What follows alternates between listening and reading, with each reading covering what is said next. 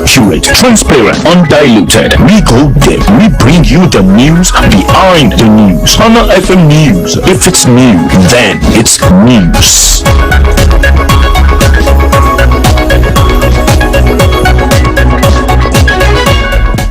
Good afternoon, welcome to the World News at noon on Ono 103.5 FM. In the news this afternoon, Senator Natasha takes face-off with Senator United Nations. And the African news, Mozambique's main opposition figure questioned over post-poll demonstration. On the foreign scene, Ukraine agrees to U.S. proposal for a 30-day ceasefire deal with Russia. And in business, Nigeria's trade surplus rises 209%. In entertainment, Charleboy reacts as Natasha reports Akpabio to UN. And in sport news, Ugo Van says there is no interference in Eagles squad.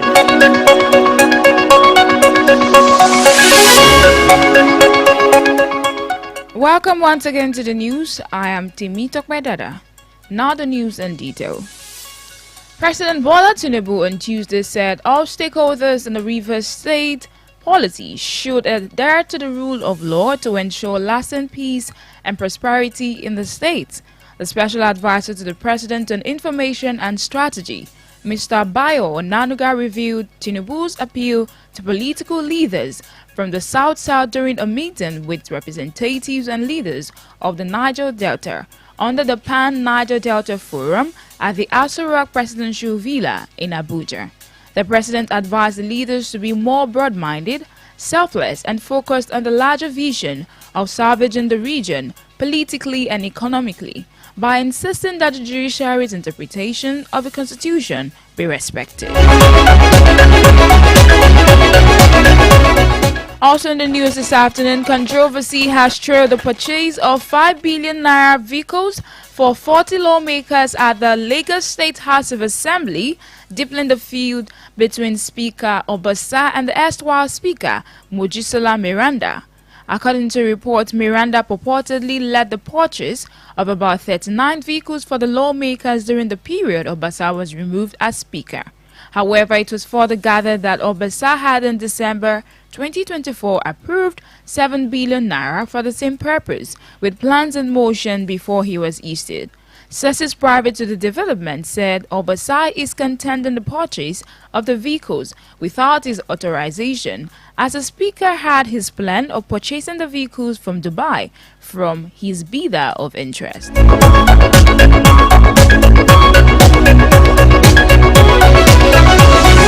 Still on the national news, the suspended Senator Natasha Akpoti-Uduaghan, representing Kogi Central, has escalated her dispute with Senate President Godswill Akpabio on Tuesday by presenting her case at a United Nations forum.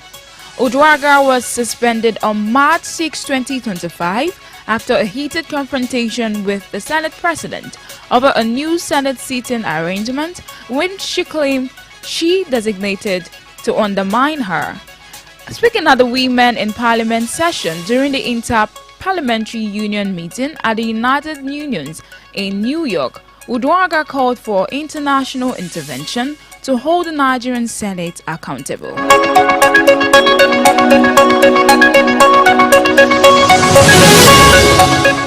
And on the African scene this afternoon, Mozambique's main opposition leader, Venancio Mondlane, said he was questioned for 10 hours by prosecutors yesterday.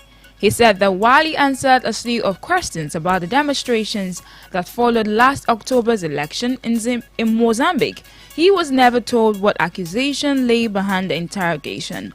Mondlane will claim victory in the contested poll, added that he had never been placed under judicial supervision. Meanwhile, several international observer missions said the vote was tainted by irregularities.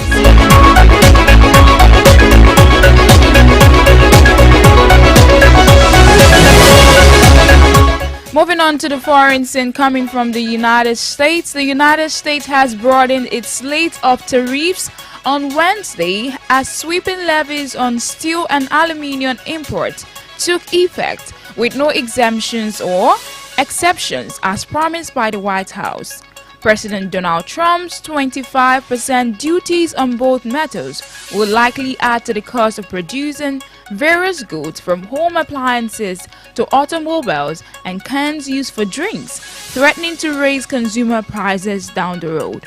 He added that auto manufacturing and construction, spanning both residential and commercial buildings, are among the biggest users of steel in the country. The European Commission said on Wednesday that it would impose a series of countermeasures from April 4, 2025 in response to the unjustified trade restrictions from the United States.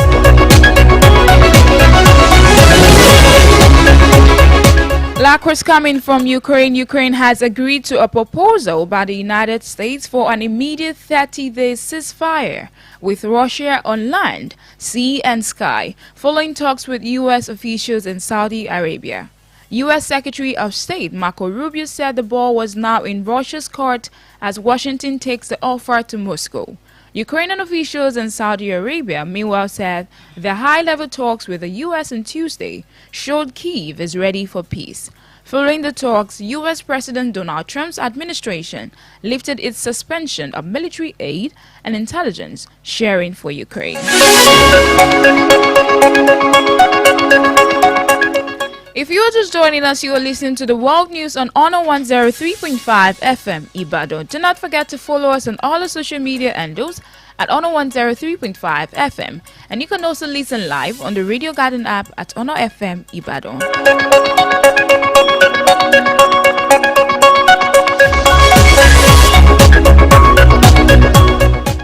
And on the business report this afternoon, Nigeria has recorded a 209.6% increase in its trade surplus to 18.86 trillion naira in 2024 from 6.09 trillion naira in 2023.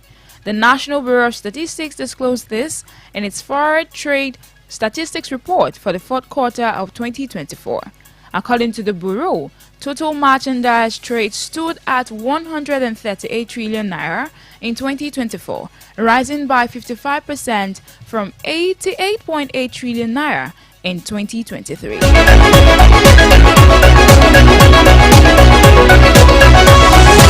And in entertainment, veteran entertainer and activist Charlie Boy has weighed in on the ongoing controversy surrounding Senate President Godswill Akpabio following Senator Natasha's decision to report him to the United Nations over alleged sexual harassment. Taking to Instagram on March 12, 2025, Charlie Boy expressed his frustration over the state of Nigeria's leadership, criticizing the political class and calling out those in power. He stated, reference to the ongoing issue between Senator Natasha and the Senate President, the activist slammed the men of the National Assembly, tagging them deplorable and undistinguished.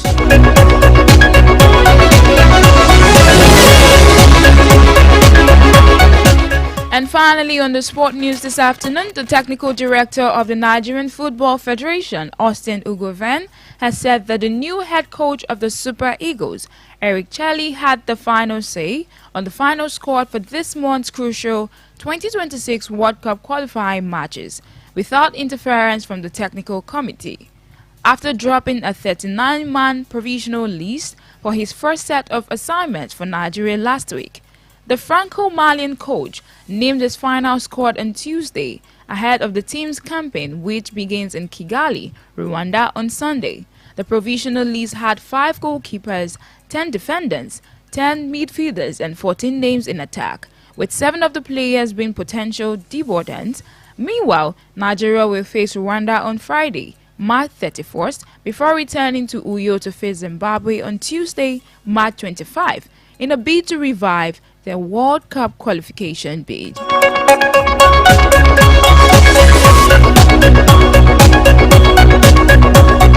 And that'll be all for now on the World News at noon on Honor 103.5 FM. Before we go, here is a recap of the major stories.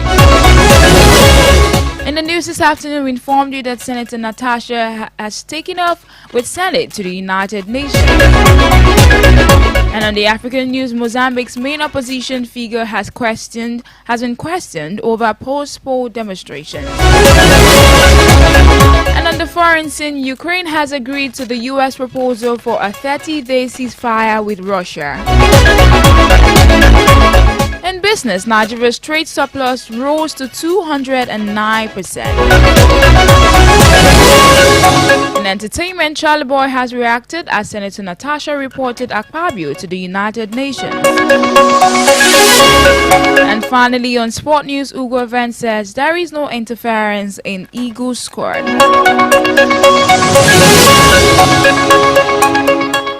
For Eyewitness Report news mentions and news commercials, contact the Honor FM newsroom at 0817-675-5555 or 0913-600-1035. You can also visit our website at www.honorfm1035.net for more information. The news was compiled and edited by Anulu Akpo Ido. I am Timi Tokwedada. Thanks for listening. And that was